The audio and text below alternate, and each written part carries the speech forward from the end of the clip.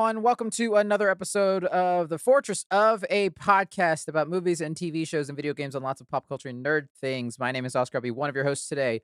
And with me, per usual, we got Brian, also known as the Beard, and New Reliable, and the Spider-Man villain, Mr. Negative, on a redemption arc. What the fuck? And we also have Devin here, also known as the Brains and Mr. Nowhere. What's up, guys? What's going on? Yo. We got a pretty big show. I'm very excited. I think we've been anticipating this main topic for some time. Mm-hmm. For now, it's our first segment of the week. Oh boy. News talk. So the Oscars happened. Fucking shout out to Everything Everywhere All at Once. Fucking won Mhm. a million awards. That's a phenomenal I'm gonna movie. say, I think it's the most awarded movie of all time. Something crazy like that. Yeah, most awarded, I think, or most nominated. It passed the Return of the King, yeah. Ugh. But also, like, there's a lot of caveats where are so many more publications now, but also it's a phenomenal movie. Asterix. Big asterix, right?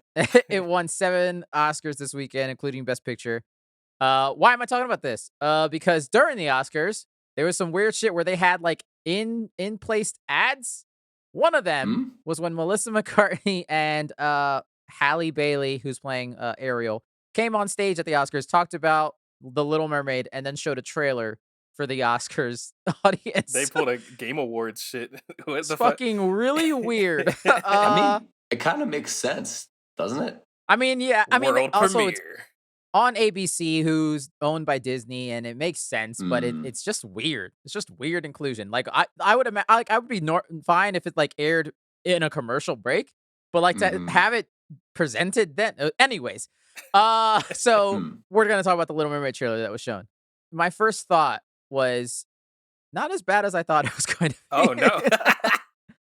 Cause like I mean like I've been shitting on it for funs and shit, but like I was, and also I just heard like right after on Twitter was kind of talking about how terrible it looked, and then I watched it. I think I didn't watch it till today. I didn't watch it last night, and it wasn't as bad as I thought. It looks like Aquaman. It definitely doesn't look like Avatar, but it looks like Aquaman in the sense it's like, yeah, none of these people are actually underwater. Yeah, we know this. We know this. Yeah. It looks fine. I mean, I think it's gonna be maybe not Mulan bad, but like maybe Lion King bad. I'm just like, you spent money on this. That's fine. Have any of the live action been good? I mean, Aladdin's probably one of the better I think ones. Aladdin is phenomenal. Yeah. I wouldn't call it phenomenal personally, but I do think it's a good movie. I really enjoyed Aladdin. I thought Beauty and the Beast was also fine. Like I Yeah. thought I enjoyed it, but I also like the Beauty and the music. Beast, unfortunately, wasn't big. I feel like not enough people watched it because I do think it's probably one of the better ones for sure. Yeah. Mhm. I hear Cinderella's really good, but also Oh, no, that no. one is not a musical. They kind of switched it up, and they didn't just do verbatim that cartoon, but I heard that one's really good. What pisses me off is it's too damn dark. I understand how the ocean works. I'm not stupid. I get how the ocean works. This is make believe. It doesn't fucking matter. Brighten that shit up. I don't need it to be dark Right, in the ocean yeah. because the ocean. Fucking King Triton comes out there. I can't even see that motherfucker. Can't even see what the fuck he looks like. I like Stupid Javier shit. Bardem with his flowing hair though. That shit was pissing me off. Also, of all the Yeah. crabs to go with, there's many others that they could have picked instead of All this right. crab. Sebastian looks awful. Let's talk about it. This was my probably biggest complaint. I was like, oh, they're doing the Lion King shit where they're making these fish look like real fish and they look dumb as shit. I Yeah. saw Flounder. I was like, he looks so dumb. Flounder is Yeah. okay. I hate it, but it's okay. Then I saw Sebastian with the big Sebastian, crab eyes and ugh. stuff, and I was like, I want to stomp on him. If I saw that in real life, I would kill him like immediately. Yeah, that's gonna be a hard sell. Yeah. And the accent makes it worse. Hard. Yeah. Like very aggressive accent. I kind of forgot that they started doing the whole, oh, this is what a real crab looks like with the Lion King. This is what the real lions look like, aka no personality. Right. Yeah. They don't emote at all, and they try to give him the eyes to make it emote a little bit more, but the eyes look bad. Yeah. I hate it here. I'm just sorry. A crab with a face in the cartoon was way better than this. But you know, Yeah, even though crabs yeah. don't have faces, but Right. we could have figured something out. I think like everything else looks fine. I mean, they basically showed the whole fucking movie. Right. I guess in they're that like, you know what trailer. the fuck this is. You know what I mean? Yeah, Like- I think everything else looks fine. I thought Melissa McCarthy looked fine. I thought she sounded Mhm. great. I thought it sounds like she's putting on a little bit of a voice other than herself. So I was like, okay, she might be able to pull this off. Got the laugh down and everything. That scene looks like it'll be cool. Yeah, Still like Queen Latifah, but it's fine. yeah, absolutely, My absolutely. only question is, are they going to change the story? Because I looked up, I mean, I just remembered, the Disney version of Little Mermaid, and it's a terrible message to girls out there. I mean, Like, yeah, just give up everything that for a boy. Oh, that you came up for a boy that you don't even know. now they've made Yeah. it worse because they've introduced race into it as well. True. Yeah. And then and first of all, the Prince Eric, he looks just like the most bland white dude that's ever been alive ever. Like, he looks very uncharismatic. I'm saying it right now. I'm not following him for any kingdom. But anyway, but I looked up the original story, The Little Mermaid, and that's really, really terrible too. So Yeah, I'm she's hoping dark. that in the year 2023, I don't know that you can that you should like Yeah. go with either one of those endings. I think maybe you got to change it up somehow. I think Disney's been doing a decent, I don't know, decent enough job. Like, they've been kind of modernizing a lot of stuff. Like, they made Jasmine a little more independent in that Aladdin remake rather than as much of a damsel in distress, And they even put though that some people song in. didn't like it. Yeah, that song They that put people that got really song, upset which about. I like the song, but I thought the scene looked like a music video. Yeah, Anyway, that shit was like an early 2000s music video. Yeah, I hope they find it. Some way maybe she can change back and forth and still be tight with her family. And I don't know, man. But the a message of the original one was not good. And the original fairy tale too, man. That stuff was metal, Yeah, it's dark. very dark. yeah, we'll see. Comes out this May, or I think it's May, right? I think something like I that. don't know. This summer. It's the Little Mermaid. You It'll gonna see be it in out there. theaters?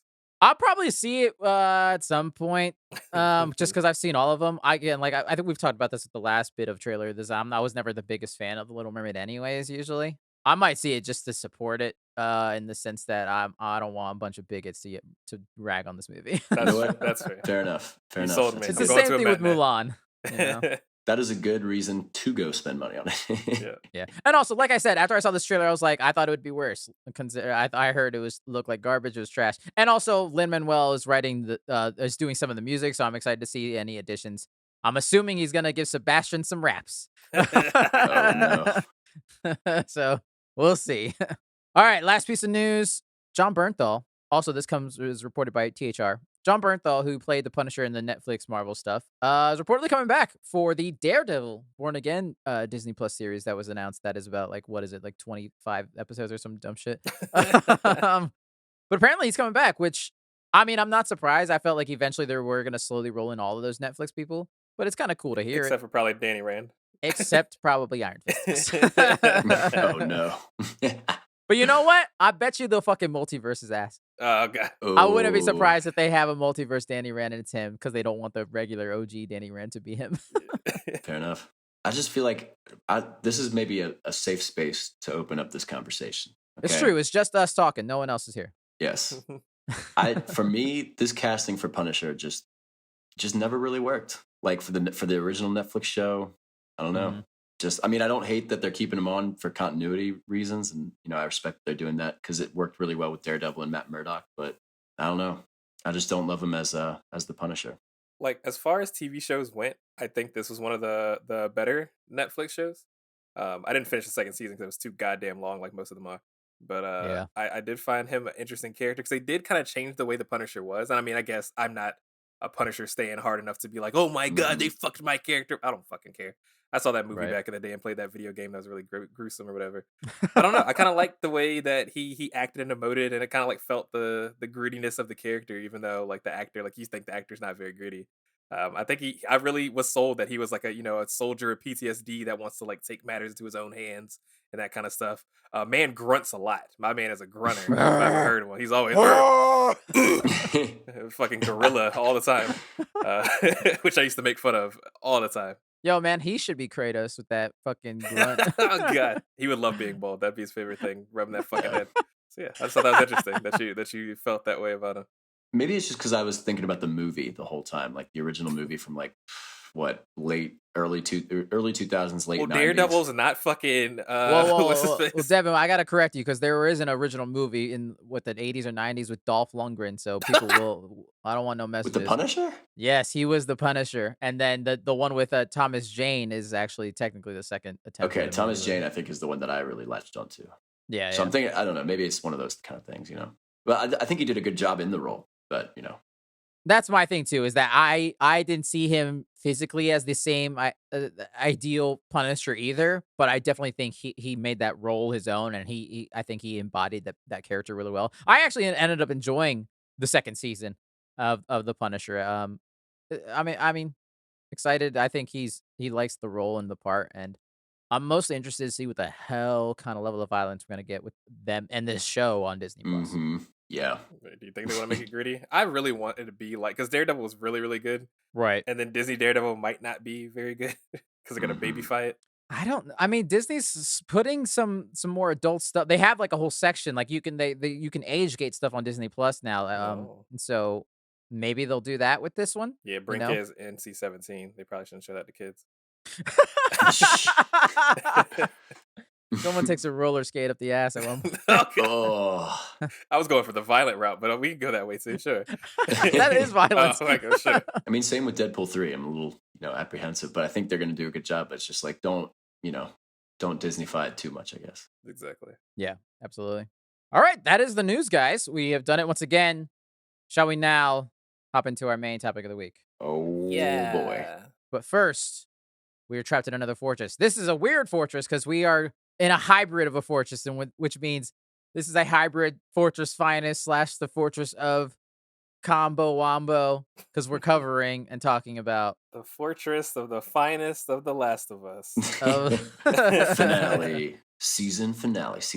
Season 1 finale, listeners. Yes, so we're not doing a Fortress Finest, so instead we're going to be talking mainly about the finale for listeners who have been keeping up with our Fortress Finest week to week as well.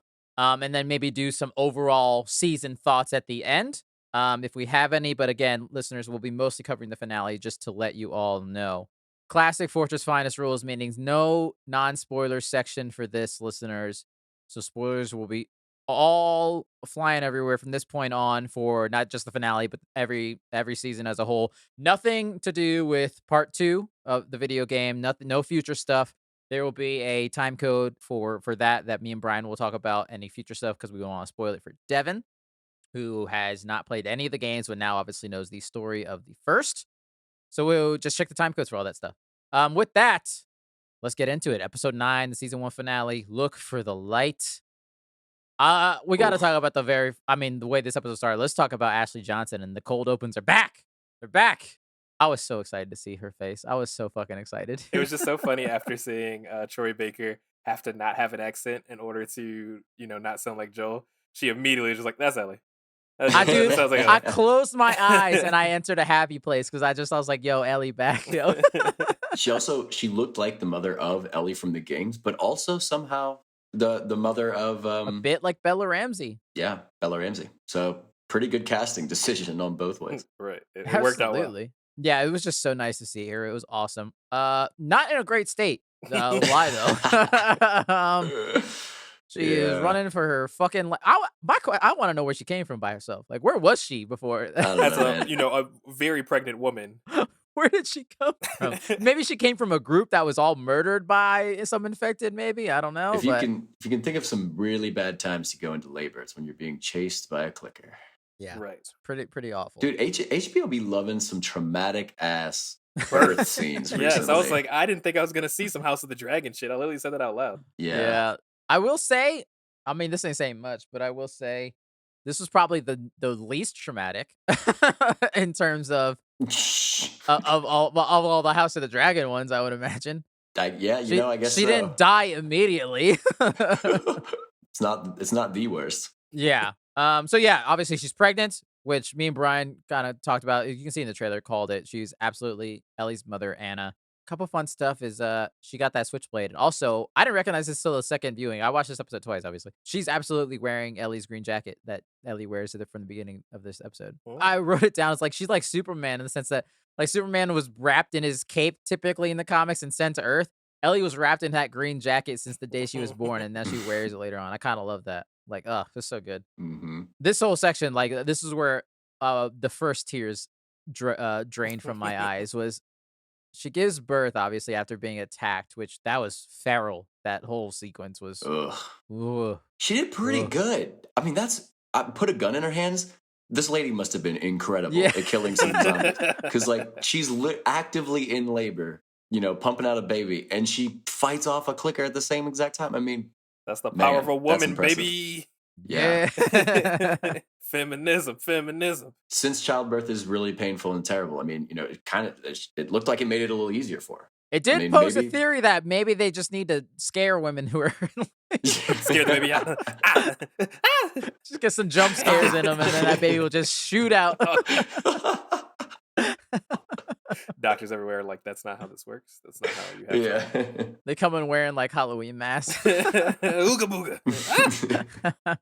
But yeah, but obviously though, this is the big twist that I will be happily taking knowledge that I was right, that she absolutely gets bit Boo. just in time Boo. for her to cut that fucking cord. That umbilical cord is working fucking overtime. How that shit get through her bloodstream that quickly? That shit was seconds. Yeah, that was In a wild. show that's been so into the science. I was a little bothered by that they did that, and it wasn't even like a festering thing where it's like, oh, it festered, and then she had the baby, so that the baby's getting Right. fed the blood and the shit, and Right. Or babies. what if she was actually immune too, because of a genetic thing, and then Marlene That would have killed been her dark. for no reason? That's dark. That's darker than this show. God damn, I didn't even think about that. Could have been.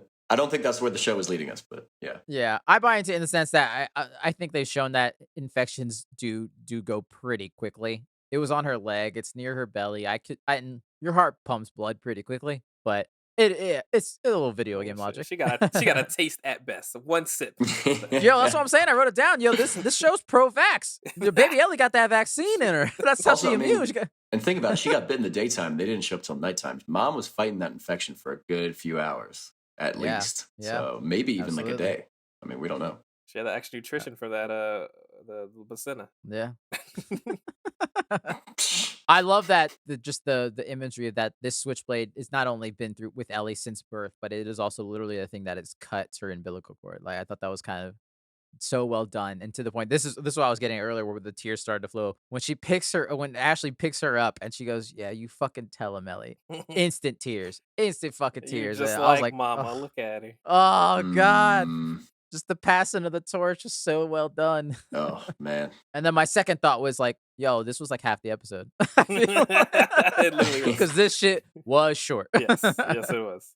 I was wondering how quickly they were gonna move to what they need to move to, and they just went right to it. I was like, okay, all right, They sure. move real quick. There's Anna. Lightning Bye, Anna. speed. All right, we're next. Mhm. But I mean, this is like the one of my biggest the things going back to like her saying Elliot that I love so much is that I mean, with a lot of help, Ashley Johnson gave birth to this character over a decade ago at this point, and I love that she now gets to give literal birth to this character in another way. And I Mhm. just thought that's great cast. That like what a great idea, and just this will come back a lot, but towards me towards the end is like I can't believe I feel like I'm in the Twilight Zone sometimes with the show. I in the sense that I can't believe they put so much faith and so much honor in from that video game into this Mhm. adaptation. A and lot it's of the kind of main characters kinda from the nuts. video game ended up being in this show, and not just Yeah. when they talked about how they're gonna have like spots and roles and stuff. They did say that it wasn't gonna be just cameos, but I still wasn't Right. expecting much. Like these were some main ass characters in some of these things, at least some pretty main supporting characters. Yeah. Yeah. And that's just a cool thing to do. And as a space where they don't do this anymore,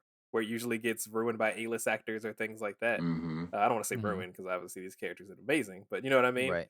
It's so Yeah. nice to still like give these people jobs and work in something that does, like you said, mean a lot to them. Yep. Yeah. They created these characters in a lot of ways. Makes me wish HBO had gotten the rights to Halo and Witcher instead of Netflix and Right. Paramount Plus. I would just like that for the budget for both of those shows for it to go to HBO. But I don't even know about that because Halo like looked good. Halo sometimes looked really bad, but Sometimes sometimes it it looked looked really good, and I felt like they had a lot of good faith in it. But it's just like, Yeah. and so much just went wrong. Like they just didn't know what the fuck they Yeah, wanted but to do. I mean, The Last of Us is just so obvious how much they really wanted to get the video game. Like if you're a fan of the video games, you love the video games, Right. we will honor you. And that Right. I think that was very obvious throughout. I think that doing those little things after each episode is so smart to like show you Neil Druckmann talking about it and being like, this is Mhm. why we did it this way. And also to make that obvious of like, hey, remember her? Like, remember this character? Yeah, that was this person from the game. They could have so easily just made a completely separate story, made it fucking stupid as shit, make it a Walking Dead clone, and then ship it and put The Last of Us music over it, and Right. like Netflix would do. You know what I mean? I also think it's a thing like Devin was saying. I think they had one of the co-creators, Neil Druckmann, as a creative of this show as well. And clearly, you've seen some interviews with Craig Mazin, who was the other showrunner.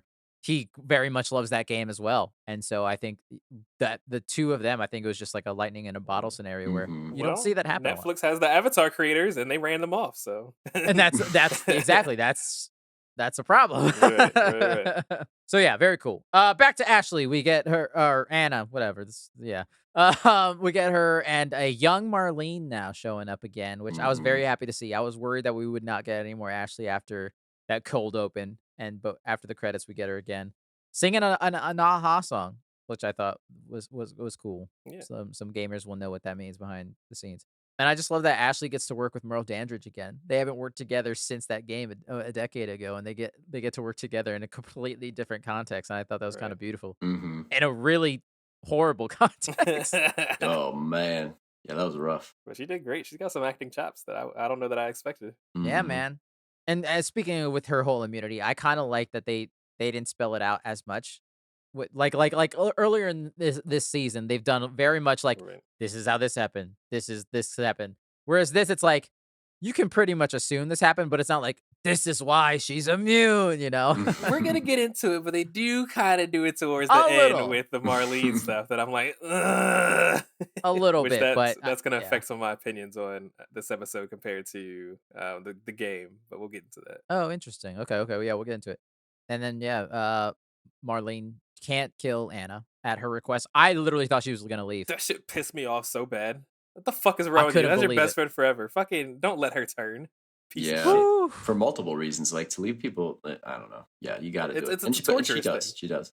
Like it's. I understand the cowardice in it, and like, yeah, I don't want to do that because that's a lot. But at the same time, it's like that's the one thing that you probably owe this person. You know what I mean? Like, at least give them a death with dignity. Especially when you find out that they've been friends since childhood. Like they've been friends forever. She did it with some conviction too. She just ran on up there and blam. That was she cold. walked in and popped him like a copper. Jesus Christ.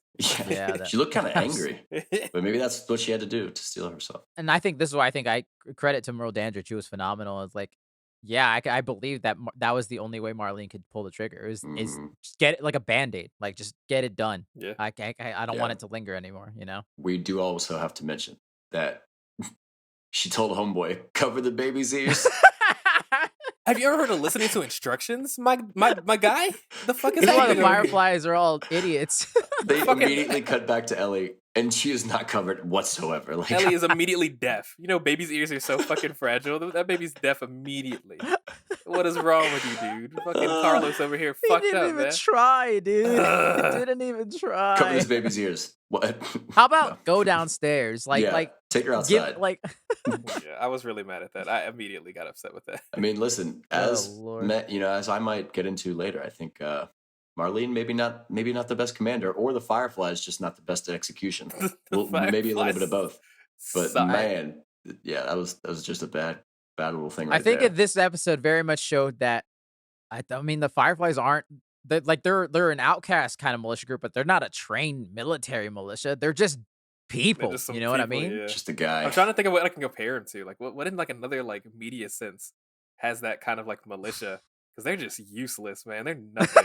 Yeah, I don't know. Yeah, I don't know, but we've seen something like this before. But yeah, I mean, they're kind of stormtrooper in the sense that they're just people they picked up off the street that were like, yeah, I guess we have the same cause, but they don't got the same train. They don't have training. Right. You know what I mean? But just the way they cut that of like cover this baby's ears, Roxanne bang gunshot, and then it just cuts back to Ellie with her ears very clearly not covered. It was like just really funny to me. Ugh, yes. R.I.P. Anna / Ashley Johnson in this role was great, phenomenal.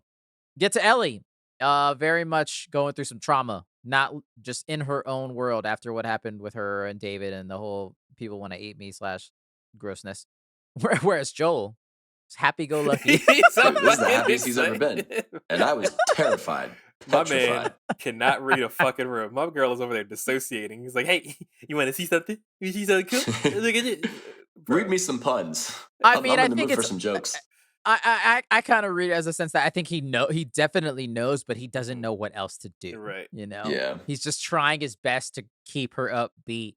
This is a man who probably hasn't, I don't know how well his communication skills were pre the end of the world, but in the 20 years, this dude says 3 words every 15 years. I mean, this is exactly what I think of like a standard dad in American society. Is like dads don't really know emotions. You know, unfortunately, men are not told to show much emotion. So then you end up in situations like this where it's like, I don't know how to effectively communicate with someone going through shit. So you kind of like poke them with a stick, like, hey, what's going on, buddy? How you Right. doing, champ?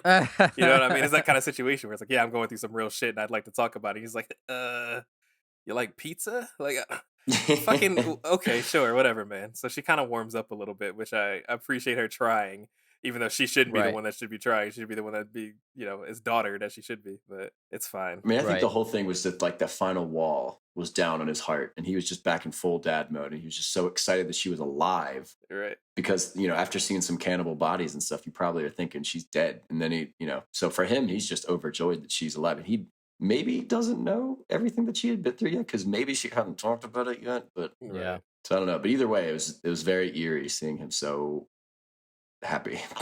Which it's funny that you think that. I never thought it was eerie, but I also coming from the perspective of the game because I am Joel most of that time, so it's kind of nice that it is a little eerie in the sense that like I both love and am afraid how comfortable he is with talking about Sarah and like clearly Mhm. he's but there's a little bit that I didn't think about this at first that I hope he's not just replacing.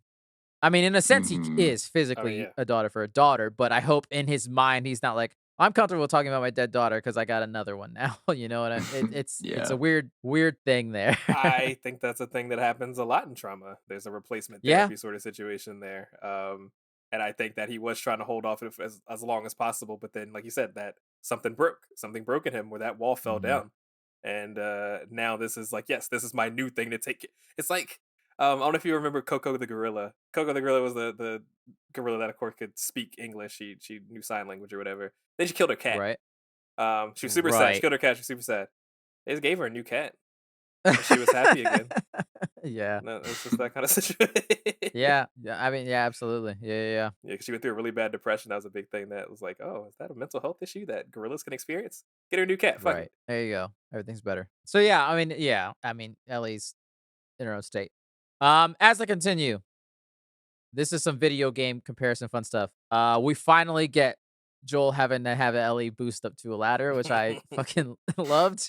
All for her to fuck it up immensely because she gets excited. Right?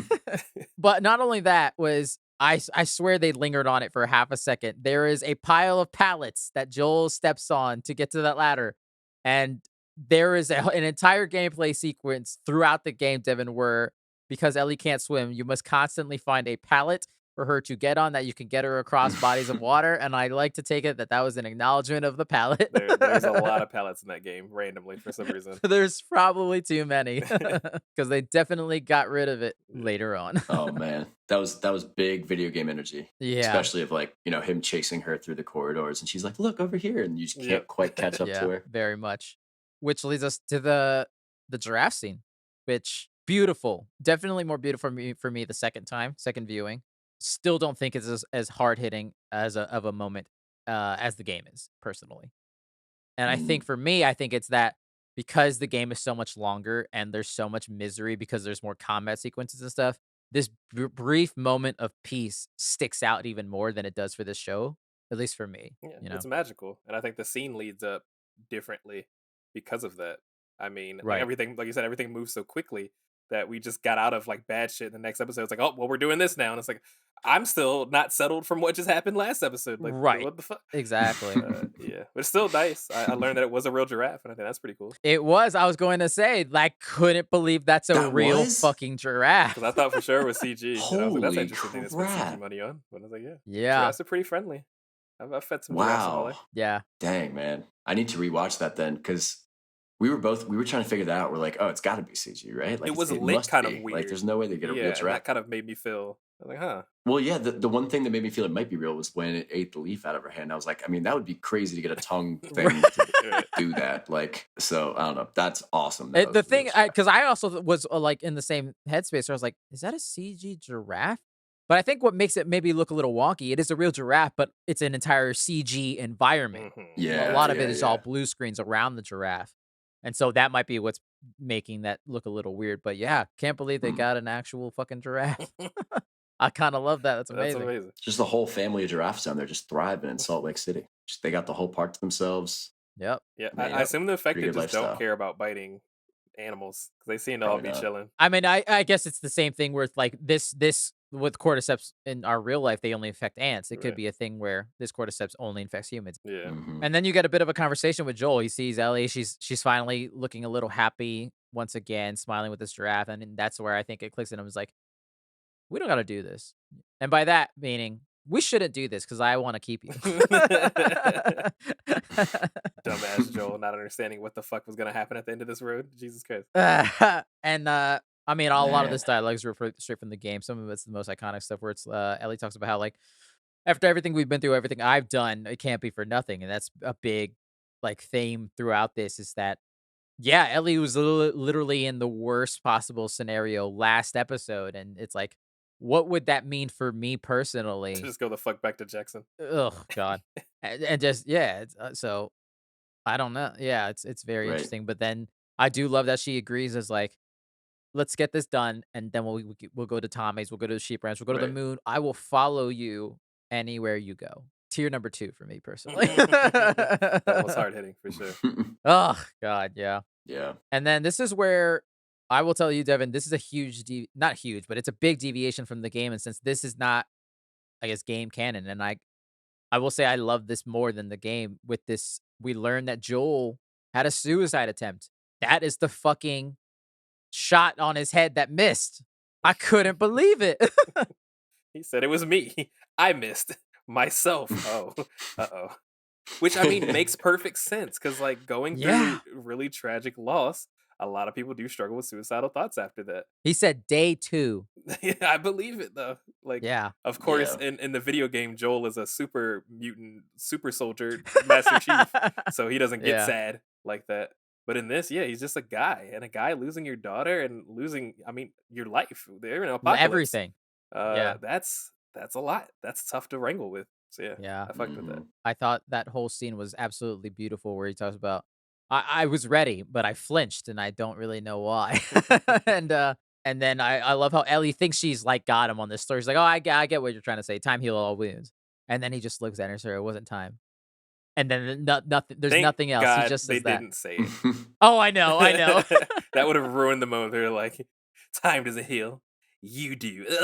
Right. Yeah. No. Blow Yeah. the fuck up. Yeah. Leave it subtle. It's better that way. And like even like to the point where like they don't say I love you. I just love how Ellie takes a moment and just says, well, I'm glad that it worked out that way. Because they're both just some guys being dudes. You know what I mean? Like neither of them Yeah. really show feelings. So it's really funny to Mhm. watch them like almost hit like really tear jerking moments, and they'd be like, "Ah, man, fuck you, man." You know what I mean? Absolutely. Yeah. So yeah, beautiful moment with them. Then ruined. When the Fireflies just show up, bro. Get What the flashbang. fuck? Imagine getting casually flashbang Call while of you're Duty. fucking chilling. Talk about some puns, and then all of a sudden I can't see or breathe. You thought this was Last of Us? You about to get 360 no scope after flashbang. Not me on the kill cam. No. He's teabagging me. No.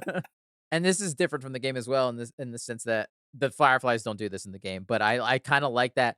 Well, that's one way to show the Fireflies as quote unquote evil. Just straight from the get go, they don't ask any questions. Just like, we're gonna take you out because we don't know you, and it's like, damn. The only competent thing they've done the entire show.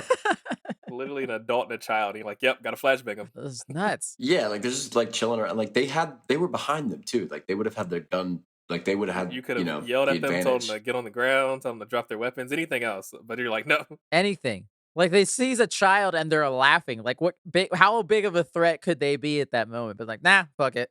Right. You know what? Honestly, I take it back. That was incompetent of them as well. They are shitty at everything they They did not handle endeavored that to do. situation well, that's for sure. Maybe they would have survived it otherwise. No. Oop. Right.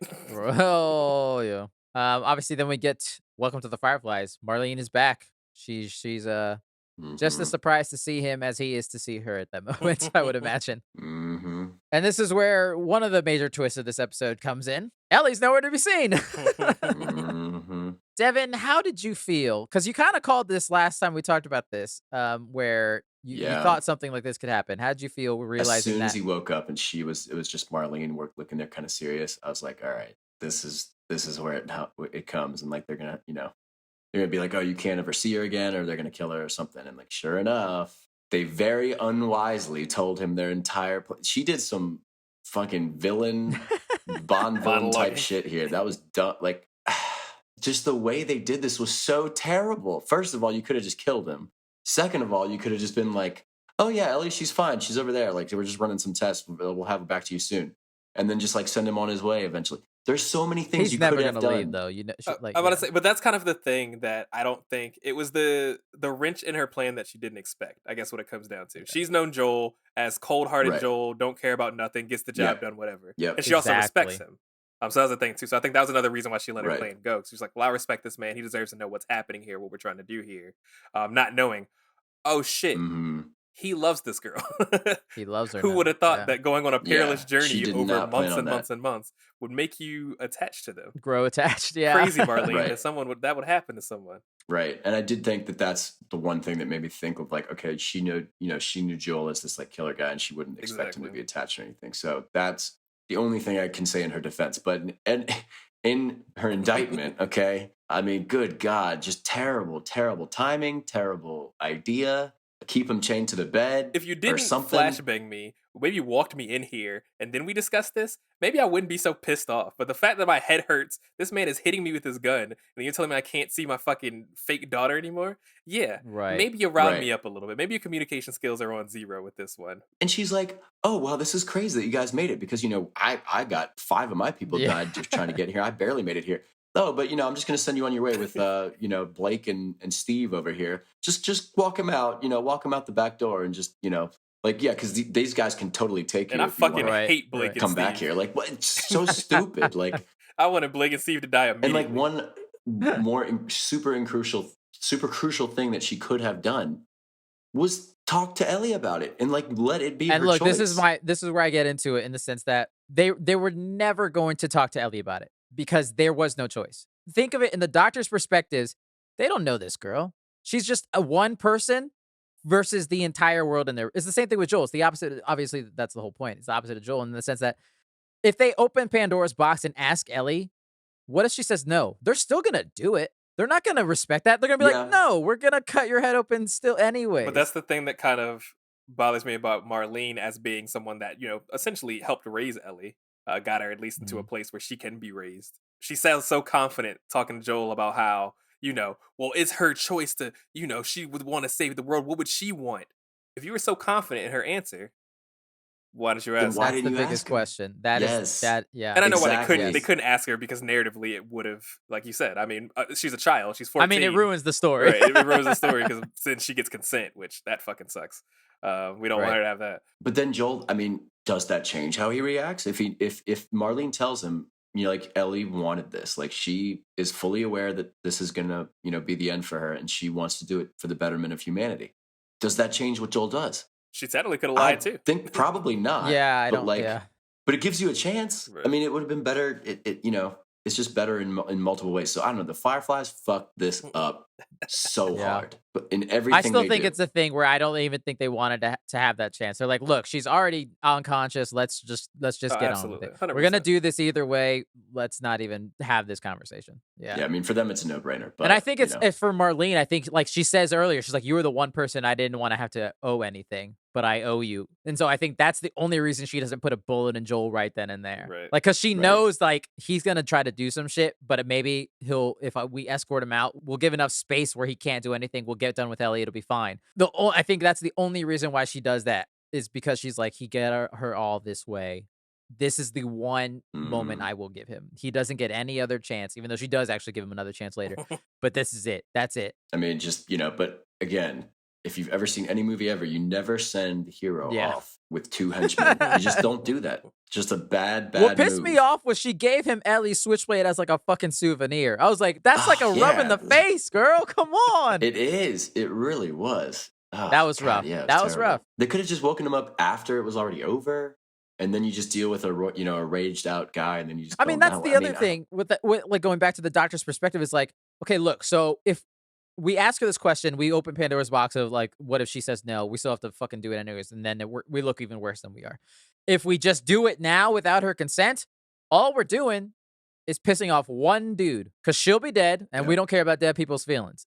You know what I'm saying? Like, we'll save the world, and we'll only have to deal with one old guy. Little did they know that old guy is fucking nuts. Freaking Rambo. And this is where Joel goes on what I like to call his rampage of love. Oh man, Yeah. I can't believe it. They were Yeah. not trained. No, they That's were what not. changed it. No, they were not. My Yeah. man made short work. That man almost died to one dude with a baseball bat, but then managed to kill 30 fucking people in military gear. I'm very confused on how that happened. Yeah. I mean, I think, like, for me at least, it's that this was the only moment Joel really had anything worth fighting for, and Yeah. he had nothing to lose. Like, every other time, Ellie's Yeah. near him, and he's got to protect her. But in this moment, he's like, if I die, I die, but I have literally nothing to lose right now. That's why kind of like, this is just pure, Yeah. like from a director's standpoint, like how maybe I would have looked at it differently with this. Because in the shots with this, they made it very surgical. It's almost like a montage of him just fucking getting headshots, like a Call of Duty executing montage. people. Literally executing people. But I almost wanted it to be, like you said, like more Yeah. of like a blind rage that's just like, I don't give a fuck. Like, you know what I mean? Of him like just tearing people apart. Not him just being surgical and really good at, you know, randomly being a Call of Duty shooter man. But instead him like just like running up on a person. They're like almost taken aback. Like, this man is just running at me. What the fuck? Like Punisher Yeah, style. like more shit like that, where it's just like Mhm. rage of just like, you will Interesting. not let me, I will get past you no matter what. Like, I think if they maybe have directed it more that way, it would have, like, it almost felt, I don't want to say rushed, but maybe rushed. Especially in a show that's really not had that much action. I mean, I think obviously that's Mhm. what makes this stand out even more. Right. Is this level of violence we haven't seen? It's at brutal least in comparison to everything It's- else. Yeah. It's dark. I would say this Oh, is darker man. than the game. Yeah. This is dark Yeah. shit. It's weird seeing it when you're not playing it. Yeah, one boy gave up. He was like, "Hey, listen, man, That's what I'm I'm just the saying, accountant. dude. And to the point where I'm a he receptionist." kills that guy, obviously. Then he gets a machine gun. Yeah. He runs out of ammo at one point. So he uses Ellie's switchblade to kill a guy on the ground. I was just like, this is so dark, dude. Holy Yeah. fuck. Especially when they've introduced the Fireflies as the good Right. guys. They've introduced them to you as They're the literally good the guys. even though they saviors suck, of but, like, humanity, potentially. Or at least they think they right. are. And he's just Right. mercilessly killing them. I mean, he to me, he was a villain in that moment. Like, Absolutely. that man was full really, Aaron really bad. Yeager right then. But see, in the game, that because I watched the part of how you play through that part in the game of like when you come out of that, and in the game it's even worse. Okay, Marlene leaves you with one guy. I mean, Right. that's a joke. That's a complete joke. What he does to that guy is rough. How does that play in the game? Because in the game you have to like tactically think about how you're going to get through like I don't know 7 or 8 people, maybe probably more than that. Yeah, essentially it's the same thing. Is that like, yeah, this is the final chapter of the game. These are the final enemies you will face, and you're just systematically kind of bulldozing through them. You can kind of stealthily do it if you want. Eventually, there will be a firefight. I was about to say, don't you know I got 3 fucking bombs? They're not Right. taking me out. I got 3 Molotovs in my pack right now. Yeah. Ain't no way, brother. So it is a little bit of I'm just killing. I feel bad when I'm in the cutscenes watching it, but when you're playing, it's like I'm doing what the gamer's supposed to do, in the sense I'm supposed to survive and move forward. Right. Right. Which is I right. think why this was so much worse to see on live action. It was ugh. I agree with what you were saying earlier, Brian, about maybe he could be more rageful, but for me, I kind of liked how he almost looked dead inside during this whole sequence. Like Pedro, I think, did such a good job with his face. Just like eventually when he gets to the doctor, he just has this blank stare. Like it's just like he's feeling nothing. He doesn't even get that dude. man a chance to say some shit. That man could have told you some real good shit. Be like, no, like, don't worry. Maybe we can figure something else out. Just pop. He didn't give a shit, dude. He didn't care at Yeah. all. I don't know. For some reason, I just thought, like, if I was in that situation and I wanted to be a life-saving doctor, someone came in, the first thing I'd probably try to do as well is be like, oh, no, man, let me talk about this. Like, we're trying to help him out. I would have been shot. I would have been killed right there. Yeah. Yeah. He would have killed me. Yeah. Yeah, your only option was to run. Man, that man brought a scalpel to a Yeah, I don't gunfight. Yeah. picking up the scalpel. I won't let you take her. I don't know what he thought he was going to do with the Okay. fucking 1-inch scalpel. Funny enough, Devin, in the game, you get to a point where you get to the doctor here. You can do whatever you want. You can shoot him with whatever weapon you want, but eventually he does have to die. What I did usually, because I didn't want to, I was like, I don't want to kill any of these people. But if you walk up to the Right. doctor, eventually he will like attack you, and you'll just stab him in the neck with his own scalpel. Oh, jeez. I think it feels like the most canon way. I like that way, personally. It does. It does. Yeah, I This agree. is the last neurosurgeon left on Earth, and he just got popped. It's everything that you would think of the apocalypse, Right. Just got popped by some gruff guy. Because it's better when you flamethrower him instead. Oh, God. You can bring a Yeah. flamethrower. Jesus. It's yeah, it's pretty rough. Do you have to kill the nurses, or can No, you let the I mean, you nurses go? can, I'm pretty sure, but I never do because I'm not a mass Oh no, Yeah. murderer. I don't even let some words get out there. Pop, pop, pop. Here was the. Which obviously, yeah, Joel doesn't kill the nurses in this, and I think that's a thing. At least with the way I read it was he doesn't deem them as a threat. Whereas earlier, even with Mhm. the guy putting his hands up, he still kills that dude. I think Joel's head is like, this guy could. I turn around, this guy will attack me immediately. Like that. That's what's gonna Yeah. happen. But the man with the scalpel, that Right. was just a scared man. Yeah, I think he was just like, Yeah. that's a threat. He's like, you put like Devin, like Devin said, you brought a scalpel to a gunfight. And Joel said, fuck it, I'm not. I'm tired of this. Let's get it over with. Yeah.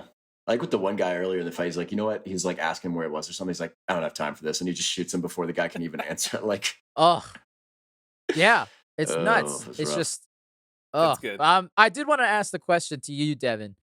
Did this Mhm. turn work for you in a sense? Like, was it too jarring, or did it work for you? Did you believe it to be with Joel's character throughout seeing everything he's done this past season?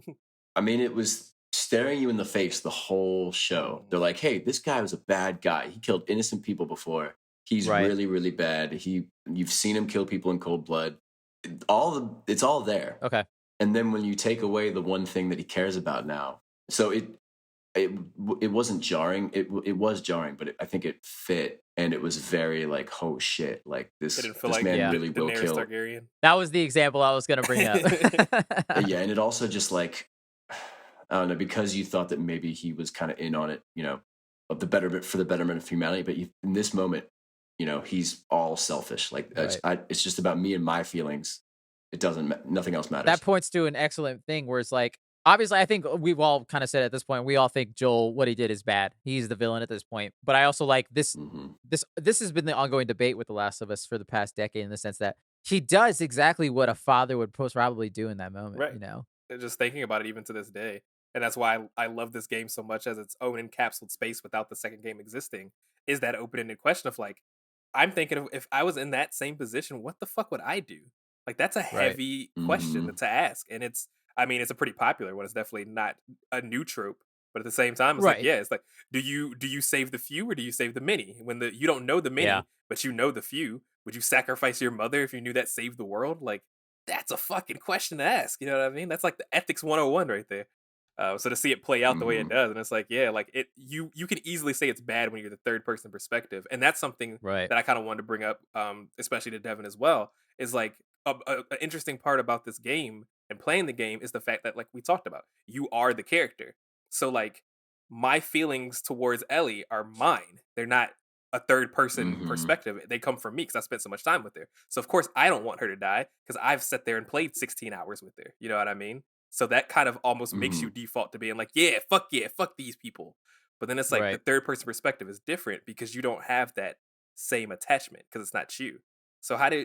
did you feel Hmm. any kind of controversy in like any kind of debate in your mind about whether or not what he did was right, or were you just like, nah, this dude's a fucking idiot? Oh yeah. I mean, you could clearly understand why he did what he did, but I Right. was feeling sour the whole time because I was like, he's killing the good guys. Like they're doing what they're doing for humanity. Like that's a worthy goal. Like one Yeah. life to save the world. And I that's the thing in mean, the video Yeah. game compared to the TV show, is it seems like in the TV show they know a lot more about how this shit works. It definitely feels like they were grasping at straws with what they were trying to do with this potential vaccination in the video game, where they didn't know how the fuck this shit worked at all. that is a very good point. That's something that my girlfriend was very onto. Is like, do they even know that this would work? Like, I think at the very least you could keep Ellie alive and do some You tests, can't make see a if you can get out of her vaccination blood. for a Maybe. fucking fungus. That's not real. You don't know how this shit works. How are you going to get from brain matter? Like, yeah, how would you from killing her brain and using her brain? How would you? Well, because they say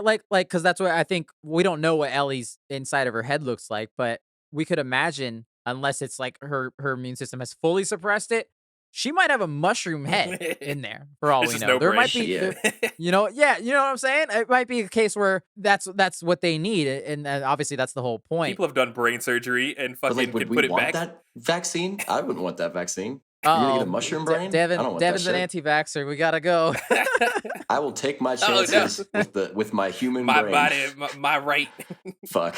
Devin's. I sound bad. I It sound sounds bad pretty bad. now. But yeah, I don't know. I think that brain surgery is very possible with still not killing the person. I understand why they have to narratively, but it was just like the science Right. did feel a little weak to me. And I think that's why they did try Yeah. to give the people in and the Fireflies like being like, oh yeah, we know exactly how the cordyceps that they've lived with there and grown with there probably. They didn't talk about any of that in the game. I don't feel like they didn't know any of that shit. No, that was new. This was all a fucking Yeah. pipe dream. They were just like, we heard she's immune. We're just gonna try some shit and see what happens. You know. I mean, to be honest, I'm not surprised. Like, I think that's how we get scientific discoveries. Sure, Is that she at that point she's a lab rat. Right. Like they're just like, if it don't work, hopefully we'll find someone else to do this on. Like we gotta just try. I just think you know what I mean? It like makes more sense in the TV show than it does the game. In the game, I would absolutely be like, fuck no, you can't take her. You don't know what the fuck you're doing. And this one, they're like, oh well, he sounds like he knows some science. Interesting. Like that's fair. Yeah. So in the game, you're kind of feeling more justified because you're like, these people are idiots. They don't know what the fuck they're doing. A little bit. You're definitely pulling like a full pipe dream. It feels like in the game. Interesting. That's cool. Yeah. Yeah, because in the game, I mean, in the show, I was like, I don't know. But even then, Marlene could have been like, well, yeah, there might be some risk with the surgery, but we don't know that I would start with a blood sample. I think that's a good start.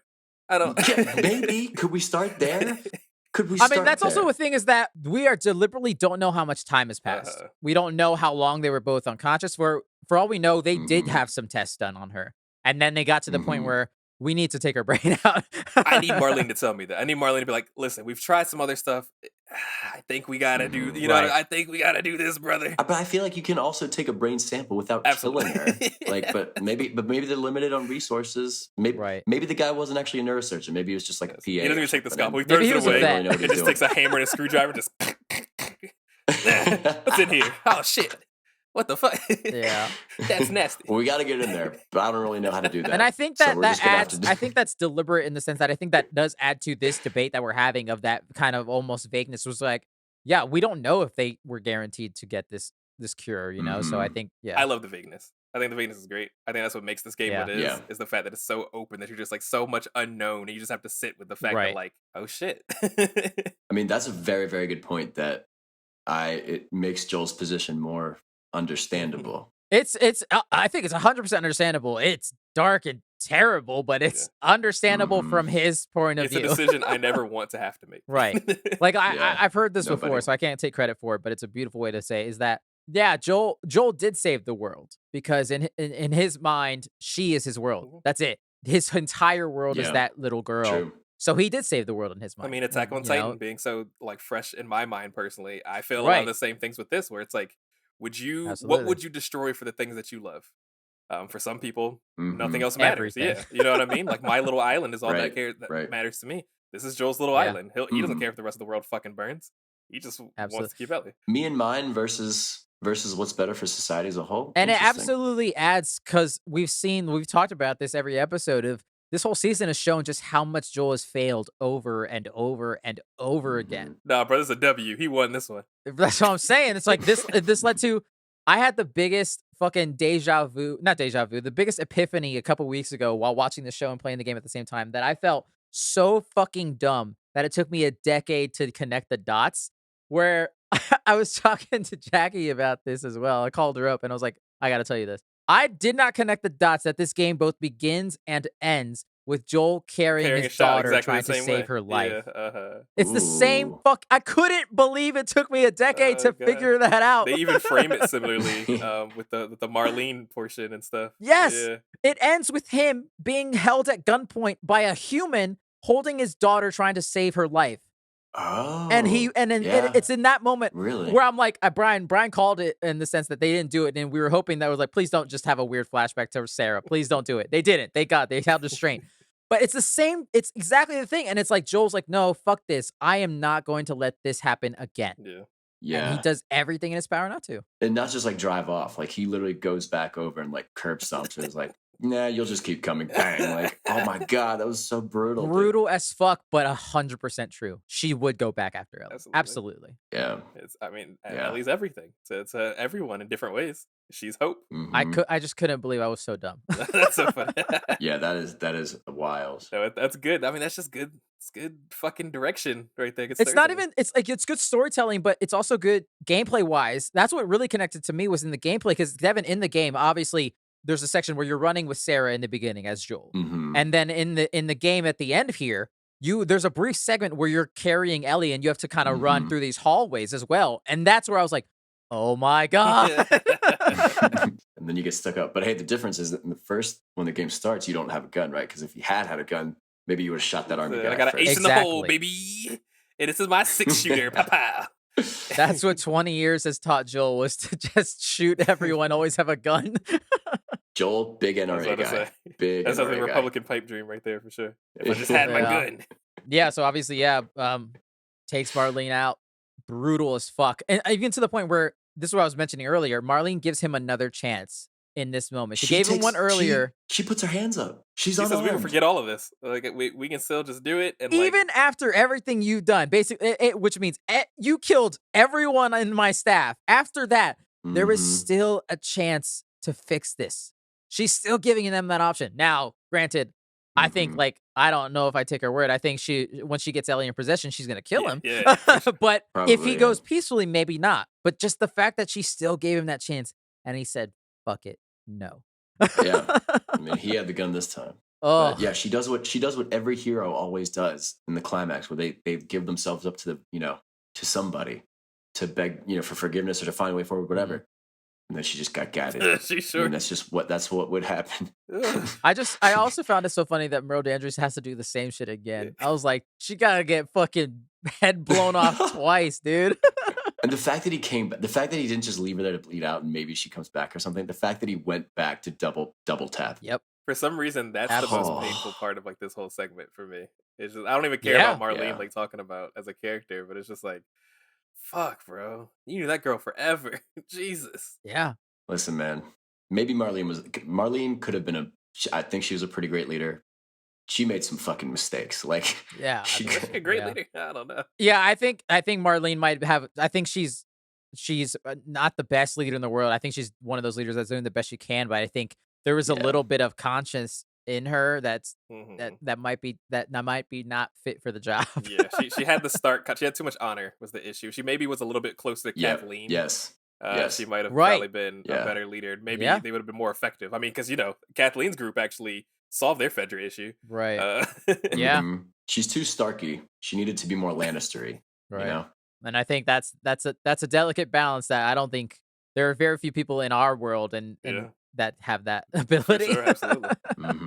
But I did want to mention I loved that they kept the cutting between the scenes exactly like the game. So like they do let you linger for a brief moment that maybe Joel did leave Ellie behind. Maybe he did do the right thing, quote unquote, the right thing. But no, she's the backseat in the hospital gown. Like, what the hell happened? And then this is where the lie begins, man. He had a whole story. He planned out a whole that story was trash. I could not believe it. This was the most shocking thing of this entire episode. The fact that he just so casually did this. And we're just sitting there like with our jaw dropped, like, oh my God.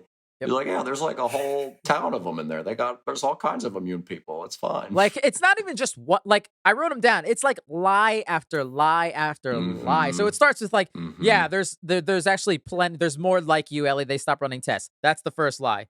Then he says they stopped looking for a cure. Second lie. Then he says Raiders attacked the hospital. Third lie. Then he says, Ellie asked him, were people hurt? He says, yes, that's the truth. But it's also in a lie because she doesn't tell her that I'm the one that hurt people. I'm the one that missed the shot. And then, right, exactly. And then she asks if Marlene's okay. He doesn't answer anything. I'm counting that as a lie. Omission, for sure.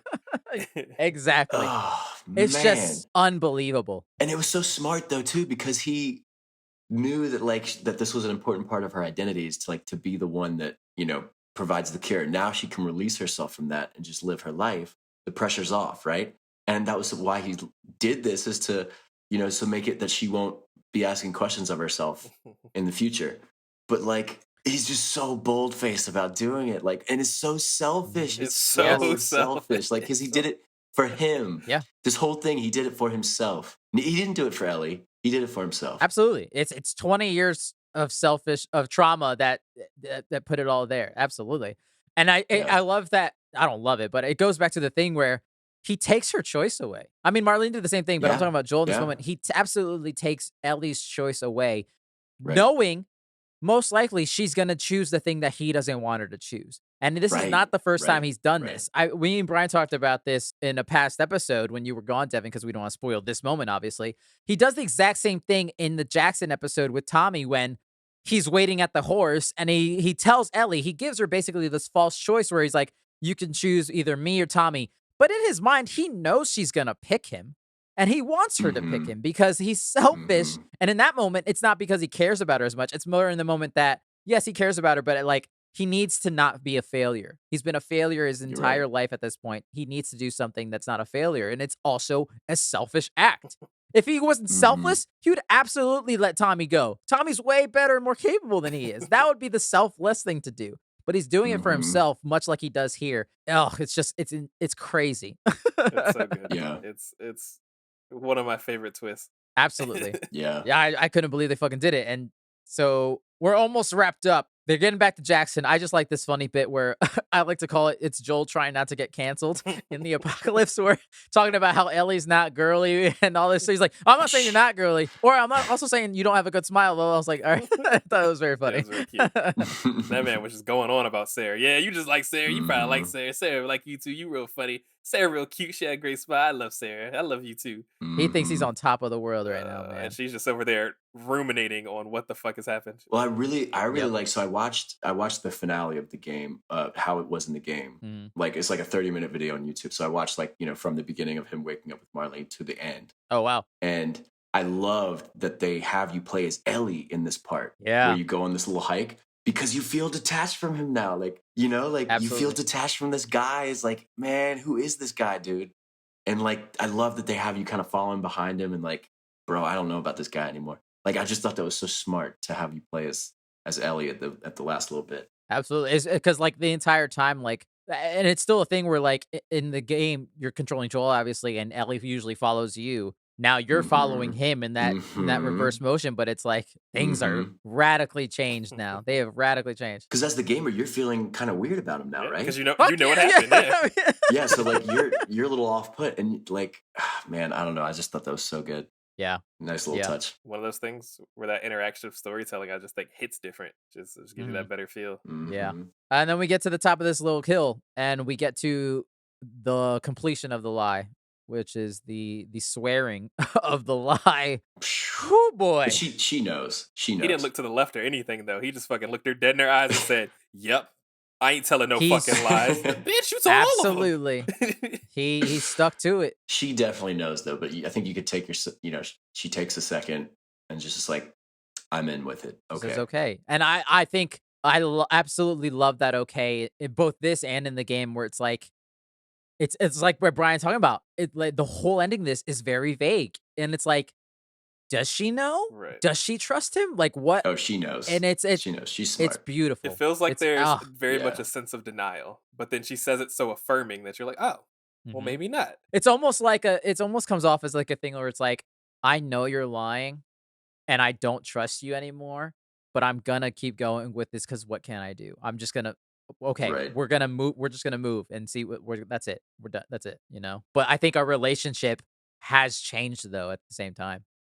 Yeah. The only unfair thing to her is that she doesn't really know what happened down there, but she's choosing to go forward with Joel because she cares about him as well, even though she knows that what he's saying is probably not true. Yeah. And he's just complete 180. I mean, it's wild. One note I wanted to add is that after watching, the show with Pedro Pascal as Joel versus the game where he's just, a white guy with a little bit more of a country accent, the entitlement hit me a little different. Oh. I think I was less forgiving. Maybe it's just because I'm not as attached to the Joel from the game because I haven't played all the hours with him. Right. And I have seen, Pedro as his character first. But for me, the game Joel, I was like, man, this guy's an ass. Fuck this guy. That's so funny. Right? And for Pedro, I'm like, okay, you're bad, but like, I get it. But you're daddy, and you're the Mandalorian. Yeah, exactly. I've seen you escort children. I know you my man definitely does get a little bit pretty privileged for sure. I'm like, okay, he can do what he wants. He can kill a couple people as a treat. It's fine. I'm really interested to see what people like that know him from the Mandalorian to come in this be like, oh no, daddy done wrong. What happened? That's very interesting. I kind of love that. Yeah. I will say one thing that I love more in the video game and then in this. I love they use the same song, The Path, during the credits. It ends the exact same way, cut to black. But I will say that I hate how short the credits are on TV shows because I love the video game plays that whole song and it just lets you sit there with this for the entire credits of the video game and just lets you sit and just fester and think about it. It's so that's what I missed a little it is. bit, you know? Yeah, I said that out Mhm. loud as well. I was just like, oh damn, they're just going straight to the after credit stuff. And I was like, no, I kind of wanted to like, I need to think. like that gives you the time to like talk about Yeah. it and like kind of understand like what you just saw. You know what I mean? Right. And that's the season 1 finale, listeners. Couple questions and thoughts behind the scenes we'll get to before Devin get out of here. I will say, we already talked about Joel's choice. I will say, adding to Joel's whole choice, it's even more selfish with this show more than in the game for me personally, because he absolutely lets Tess down as well in Yep. this thing. Yeah. Her last True. wish was to do this thing, and he fucking lets her down. He said, "Fuck Tess." Mhm. It broke my fucking heart. He said, "Fuck Yeah. that hoe." She did. He does. He lets Tess down. He lets Ellie down. He lets literally the world down by doing Literally. this. You know, The whole it's world. nuts. I also agree with Brian, and this is more of back to like the entire overall season. In that, I thought this episode could have been a little longer. Granted, I didn't think as much on the second viewing, but it also might be a thing where maybe not this episode needs to be longer, but just this whole season as a whole needs to be like 15, 20 minutes longer in parts. I think maybe just another like 5-10 minute action sequence would add to it. I know they did this on purpose because they wanted this to really stand out in terms of violence from Joel. But I think maybe one more showing of Joel being this violent earlier might have helped a Mhm. bit. I I don't know. agree. Just as a whole, with just there needed to be more action. They need to be more infected. This is a show about finding a cure so that you won't get infected. But I didn't even see that many infected. I love how like when we first started this, you were worried that there was going to be too much infected, and then now it's like completely I was just flipped. worried it was gonna be too like Walking Dead, where they're just gonna be shooting mindless zombies doing nothing. And I do think they use Yeah. them purposefully. Like, don't get me wrong, but then I just don't Right. think that they put like I understand not wanting to put gameplay sequences, but in order to Right. combat that, they did the complete opposite. But they just didn't put any combat sequences barely. And it's just like what Yeah. the Mandalorian. I'm now watching that. Now that's been on for 2 weeks now. They do a Mhm. good job, even though this isn't based on a video game, of making an action scene on what would probably have been a video game portion of gameplay if this was a game, Yeah. like if this was a video game. I Right. wish they could have like better translated that into this, because I do just feel like this is such an empty world to be so threatening. You know what I mean?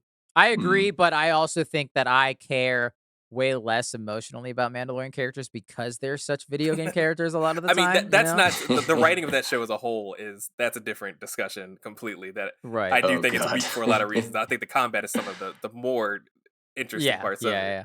But yeah, I don't Yeah. know. It just Yeah. felt like something was empty here. Funny Hmm. enough, though, I looked into it, and actually, I mean, it's doesn't it counts, but it's a bit of a cheat where there is infected in 7 of these 9 episodes. There's only 2 episodes where there's not any infected, and that's the Jackson one, Kin, and then last week's the cannibal episode. Every other Mhm. episode has at least one I infected remember in we there. did talk a little about that, but that's the thing. One infected. You know what I mean? Yeah, One exactly. infected. There's supposed to be whole towns of Exactly. people that are infected, and it's just you know, we got Right. 3 people that pop out of a thing. Not even 3. I don't even think we ever got that many outside of the. You know what I Well, mean? but Like, outside of the hordes, yeah. yeah. I think they did a good job of establishing the danger. I think they did a good job of that early on in the Kansas City episode of like how dangerous the Right. infected are. And like, you know, in the Boston episode where they're sneaking through the museum, I mean, that was petrifying. But I think that I don't know. I think you're right. They could have used a bit more of that, but it didn't bother me to not have it because you knew how bad it was. There's a time where they traveled 300 miles without coming in contact with an infected. Yeah. That's not very scary. And then to have Marlene say what she says about like you made it through this with all of that shit, girl, I'm chilling. Right. We just walking and Right. reading pun books. The fuck? We had a Like, horse at one point. like I don't know, man. Like we were just walking down the street on a horse. I was more scared of Right. fucking Sam and Henry than I was of anybody else. But that's one thing I liked about this world that made it to me more realistic is that the urban areas would be very Sure. dangerous and overrun and suburban stuff like that.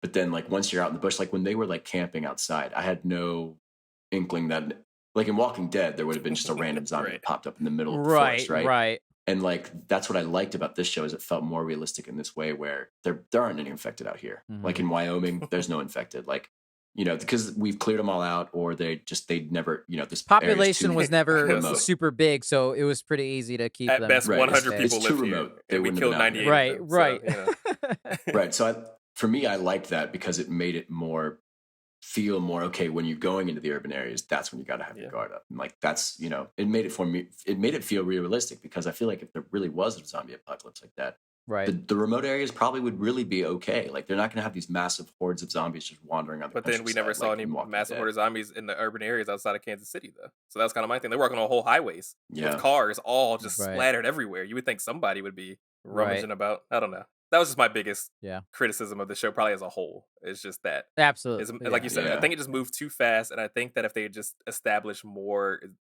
infected and given it more time to exist, this probably would have felt a little more fleshed out, I think, as a whole. Yeah. Yeah. I think maybe splitting the Boston episode into 2 or something and like dragging out that would have been more Perhaps, would have been fun. However, I will say though that I would rather this than 22 episodes. Oh, absolutely. Type of thing. Like Of, like, Walking Dead. I Yeah. absolutely admire how just like straightforward they were like, we are doing this. I love me a clean 10, but Yeah. he don't give me no fucking Yeah. 25 or nothing. Exactly. So Yeah. I do appreciate what they've done, and I think this is the better version of what what could have been. You know what I mean? We've seen Walking Dead drag Yeah. plenty Agreed. of times. Exactly. Yeah. Quick little behind the scenes stuff.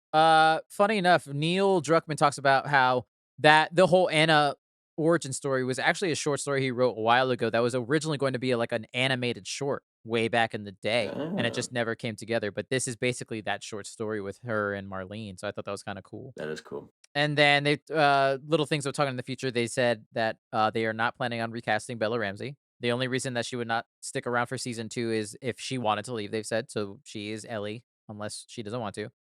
And they did. Speaking of infected, they have talked about they will most likely be more infected in season 2, which I felt So, like we'll makes That's sense. cool. right. Yeah. Right. And then I don't know if you guys saw this. They did a little 30-minute documentary making of The Last of Us that they've had on HBO Max as well. It was pretty cool. Listeners, take a watch or watch it if you like, if you enjoyed it. Just a couple quick fun highlights from that. I just love that they show footage from old school Naughty Dog and like Ashley and Troy working in their mocap suits and doing all that stuff. I thought that was kind of fun. They had practical tendrils at first. The things that come out of the people's mouths, they had a practical version of that at first, and it looked disgusting. I hate that. It's like this weird like Gumby thing, and it looks great. The reasoning that they didn't end up going with it is that it was basically a one-time use because it would go everywhere all over the person's face and everything, and the cleanup would just take too long, so they went with CG, obviously. That's cool. Another fun story is the whole snow area for the cannibal stuff was an area in Canada that was known for having snow. They went there was 0 snow. So they spent like the day getting 350 dump trucks of snow and making the area totally snowed, Man. and then it snowed that night. That's hilarious. Because there's actually a kind of funny scene. I don't know if I talked about it on the actual episode that we did that, but they had like the wind machines and stuff moving and stuff, and then of course they made the fake snow at the time to kind of come down and make it look more of a blizzard. And then there was too wide of a cut at one point with Joel walking, and you could see the blue sky in the background. And I was like, oh no, they probably didn't notice that. It's like a nice sunny day today. Yeah. So I love that they also dedicate a whole section to Gustavo and the music. I thought that was fantastic. Love the music throughout this show. That's pretty much it, Devin. Everything else, I think, is out of your wheelhouse. That me and Brian can have some quick future thoughts. You know, We're about to spoil everything. Yeah, I mean, my only final thoughts is I just really enjoyed this show. I thought that it was, as good of a video game transition you can get from what I've seen of the cutscenes of the game. I mean, some of them they're just going verbatim lines and the cuts and everything. But I also, the story wise, like I just think it's a very refreshing story because I can't quite put my finger on what it is, but like they just very efficiently told a great story, and you're very wrapped in. You don't really know what's going to happen yet next. It's also very fair. There wasn't anything that's really cliche about any of these characters or the story itself. Very well acted, very well written. I'm just very, very blown away by how good of an experience it was, and I look forward to what they're going to do next. I was about to say, are you looking forward to season 2? Oh yeah. And I do want to play the game. I've been meaning to get a PlayStation of some kind so I can play The Last of Us for a long time. But I still do want to play through it. Do you think if you get a PlayStation before season 2 comes out, will you start part 2, or are you going to stick with watching the show and letting that be the first time experiencing it? Ooh, That's a good question. Yeah, I don't know. I probably won't get one before that, so it probably. Okay. But I do like having the show first perspective, just so I can, put it Right, against right, y'all's right, yeah, perspective yeah. from having the game That's fair. first. Yeah, but I don't know. It's just it's a breath of fresh air, and it's something that video games can. There's so much good stuff out there for video games that could be brought to live action Yeah, if given the chance. absolutely. But this is definitely a great one to start off. One of the good ones. God of War's got some competition. Let's see what they could do with that now. And everything. That's awesome, man. I'm so glad that you enjoyed this show as much as you did. I am a little jealous that I didn't get to experience this story through your eyes a little bit by the end of it. I was like, damn, I wonder what that would have been like. Right. But that's awesome. Yeah. All right, Brian. Here we are again. Back to our centered Fortress Finest section. One more time. Who would have thought? Shh. For the last time. For real this time. Shh, the spoilers. And clickers about. Let's get into it. Just real quick, a little video game stuff. Obviously, we talked about Joel and the nurses. One little cameo that we didn't want to let Devin know because it gets into part 2. So, listeners, this is definitely spoilers for future stuff, mainly part 2. So, be aware. Lord Bailey was one of the nurses. She made a little cameo. Our favorite World of Warcraft character, Jaina Proudmoore, happened to make it in there, who is also Abby in Last of Us 2. Absolutely, man. Which is technically the daughter of the man that was got his brains blown I out. got it. Took a bullet to the head. So that's kind of funny because it's his daughter, but not his daughter. The same way that Ashley Johnson is like Yep. Ellie, but not Ellie. I thought that was funny. I don't know how anyone recognized that. I guess you said like the I saw her credits name was in the the credits, only yeah. way you'd see it. Yeah, because just by her eyes, I would have never thought since they were wearing masks. At Right, the which time. I kind of love because that just means that they could absolutely find a way to bring her back in season 2 or 3 or whatever as a different character because no one saw her face really, So I was like, Right. oh, that's kind of Yeah. clever. Also, I didn't know this. I heard this from the podcast, the HBO podcast.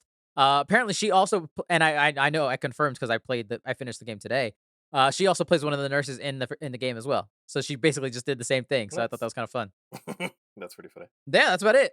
We were wrong, happily wrong. No added doctor stuff. They stuck to the game, man. They did it. I love that because I think that's gonna make it as jarring, which they need it to be. I think that's what's kind of fun about that second game, about how jarring it is to be like, "What the fuck? That's what we end up finding out." Right.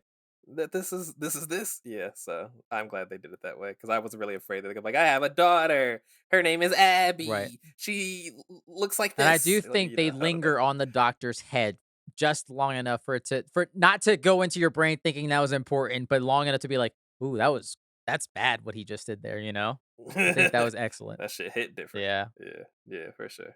That's kind of it. I don't really have any more feature stuff. I mean, obviously, they've said they'll keep Bella around. I wonder. My biggest question is when do we get a season 2? Do we wait Yeah. 5 years? Do we wait? Like, what do we do? I mean, Bella's not gonna grow anymore. Let's be real. She's Right. 19.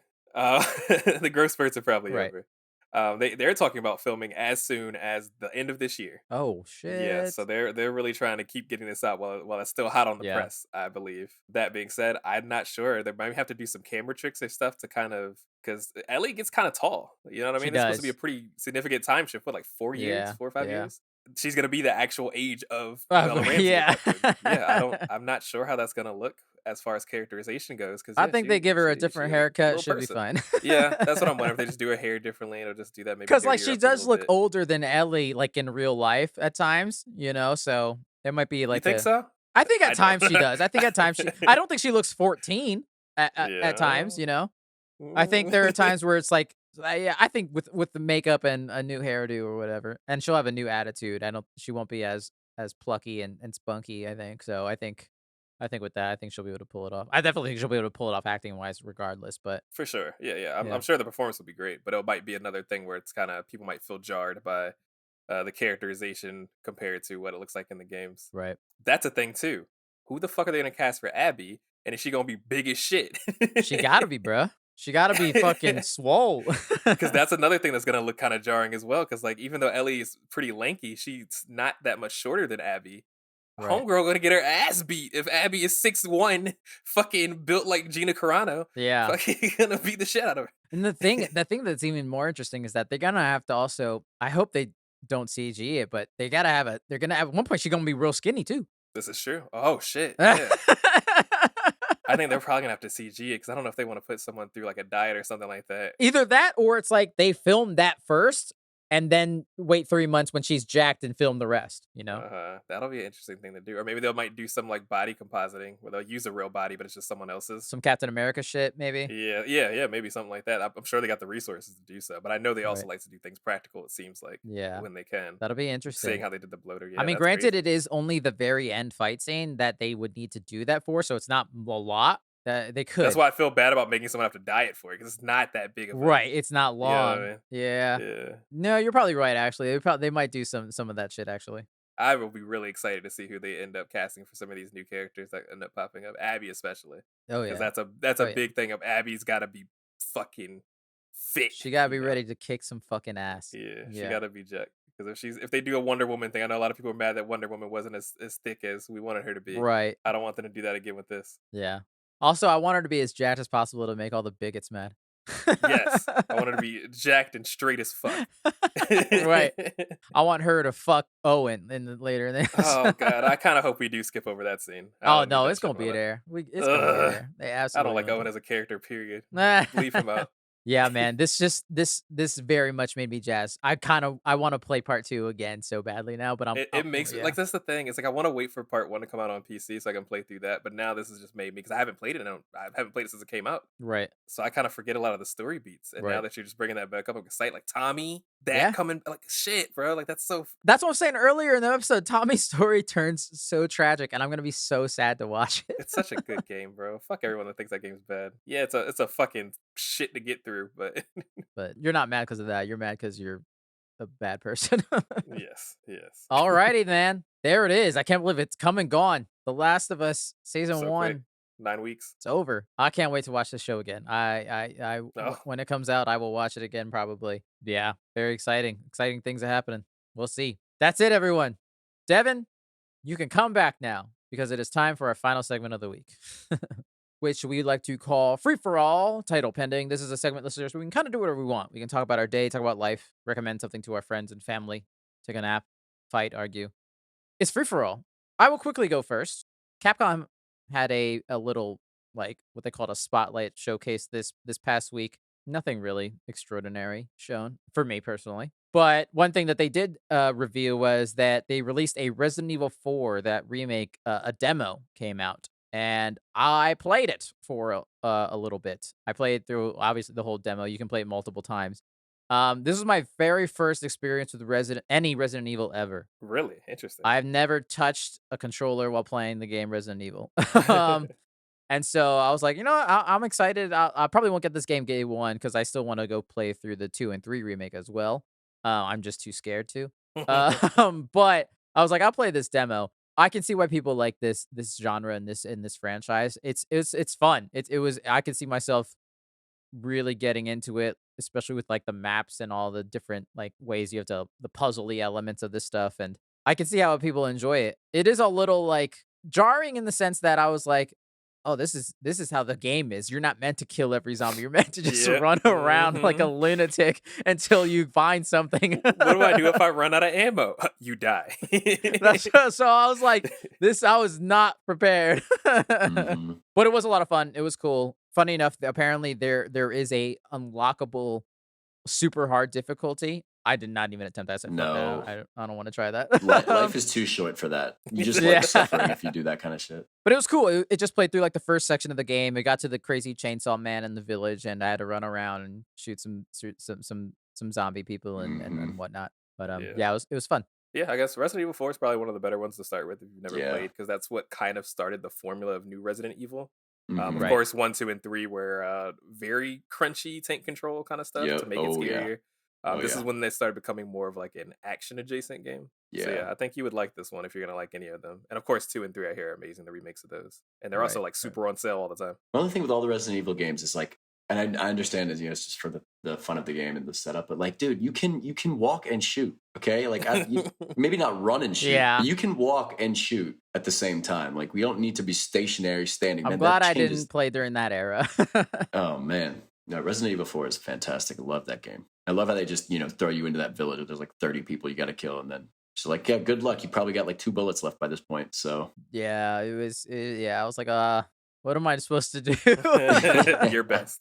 Yeah, I plan on Your playing best. it. I did see that. I was excited to try it because I have been enjoying Resident Evil, which I didn't as a child. I was super scared of those games when I was a kid. Oh yeah. Right. But now that I've played through most of 7 and all of 8, I want to kind of go back and start playing through them as well and see Hmm. Mhm. how I feel now as a grown man. 5 was also a really good couch co-op game. 5 and 6, they were like really, really fun because they would do a lot of stuff where you'd have to like, work together. So, but 5 especially was like, You might be the only person that thinks that. I feel like everyone hates 5 and 6. oh really?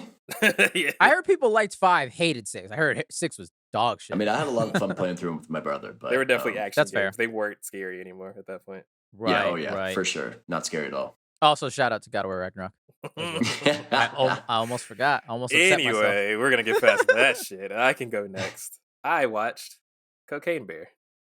Oh, nice. I forgot to talk about that last week. I actually watched it like 2 days after it came out, which was a ridiculous thing to do. Me and my friends were like the only people in the theater outside of just like one couple, which I was so surprised there was one couple in there because what the fuck? Why would they be here? Who was actually trying to Right. watch this movie?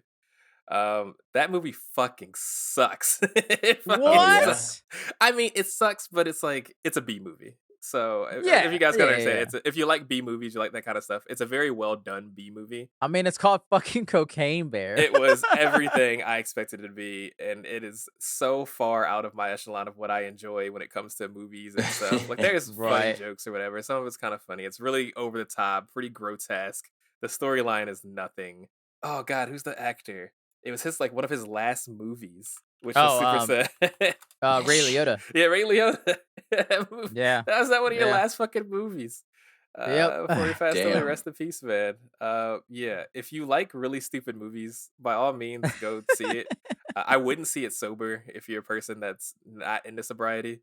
Because I did watch it sober, and I regret that I did. I think I'd have probably had. So a you're much better saying you're time. telling everyone to take cocaine to go see Cocaine Bear? Maybe not because you might fight the bear yourself, and I'm not sure. I can't be liable for that kind of shit. But I'm just saying. Yeah, don't do that. Don't do that Inebriate anymore. your way that you enjoy if you Mhm. go to go see this movie. Maybe catch the matinee because don't spend full price on this movie. I saw it on $5 Tuesday or some shit, so I spent $5. Nice. Cool. Very nice. Well, hey, mine is also a new movie that came out this week. We went and saw. Devin's like, I tried cocaine this week. I tried a movie. At least Not I thought into I did. It sobriety. felt like I was in one. Yeah.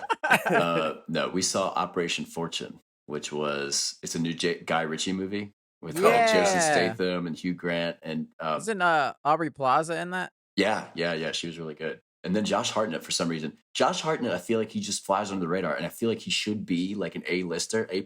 Yeah. But he just, I don't know, for whatever reason, he just maybe he just comes I in think every he once in a while. seems to be one of those kind of people that's like just likes doing acting and things that he actually wants to challenge To be himself in. with rather than be a super mega star type thing. Yeah, I don't know. But either way, like he feels like he should be up there, but whatever. But anyway, Right. Operation Fortune, very fun movie. Definitely Nice. had me laughing at certain points, but British humor. So, and it also had the guy from I can't tell you his name, the Dread Pirate Roberts from Princess Bride. That's a deep Oh, cut right I know there. who you're talking about. I can't remember his name, but yes, I know who you're talking about. That's Yeah, Wesley, Yeah, not his the real guy name. who's also in Saw, the first Saw. Oh, but yeah, he's in there too. So yeah, it was a fun kind of action spy movie. So yeah, we really enjoyed it. Got some good laughs. It was good. Interesting. I do recommend. Gets a tomato meter plus for me if that's how that When works. I Nice. saw a Guy Ritchie movie, I was like, I'm good. That was what it I is. will say, seeing it in theaters, I definitely missed some of the dialogue Yeah. because I'm definitely at home. We watch stuff with subtitles now, and I think with subtitles, I would have gotten a lot more of the Yes. jokes. Post peak pandemic, I watched everything on TV. I am a subtitle girly through Yeah. and through. Watching movies without subtitles and my ADHD brain and audio processing issues is hell on earth. Can't stand Yeah. it. I need everything to have subtitles, bro. I'm all for accessibility in 2023. Yeah. Awesome. There you go, listeners. That is our show. You can email us at thefortressof@gmail.com, fortress spelled FOUR. Feel free to email us any questions, feedback, recommendations, or anything like that. Also follow us on Twitter, Instagram, and the YouTube channel at The Fortress of. Tell your friends, tell your family, tell your grandma, tell your cat. Rate and recommend us, rate and review us, preferably 5 stars, or whatever you deem us worthy. Recommend us as well. No. Recommend us. We need to Oh be yeah, recommended. absolutely. That's how the Thank you. podcast spreads. So you should recommend.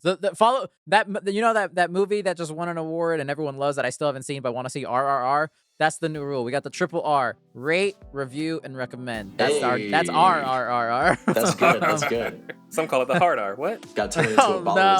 song. Win an award. Yeah. Thank you, Jackie, for helping edit the podcast every week. Thank you, Brian, for the art. Alex for the music, and Devin, thank you for being here, even when you're not here. You can find Brian on Instagram at ITZ_by the way, Alex at Peterson Films, and Devin, you can find him on Jon Bernthal's doorstep. I kind of burning like a the idea Punisher of you t-shirt. saying you can find him and just don't say anything. It just here's something.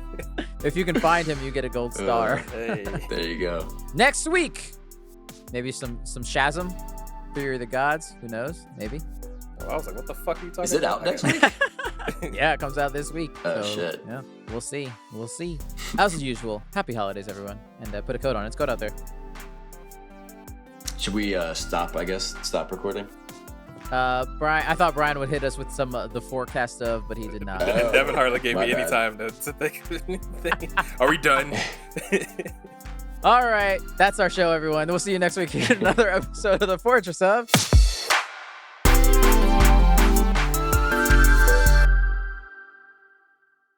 I fucked it up. I jumped the gun. I thought the moment had come. Ooga booga. Ah!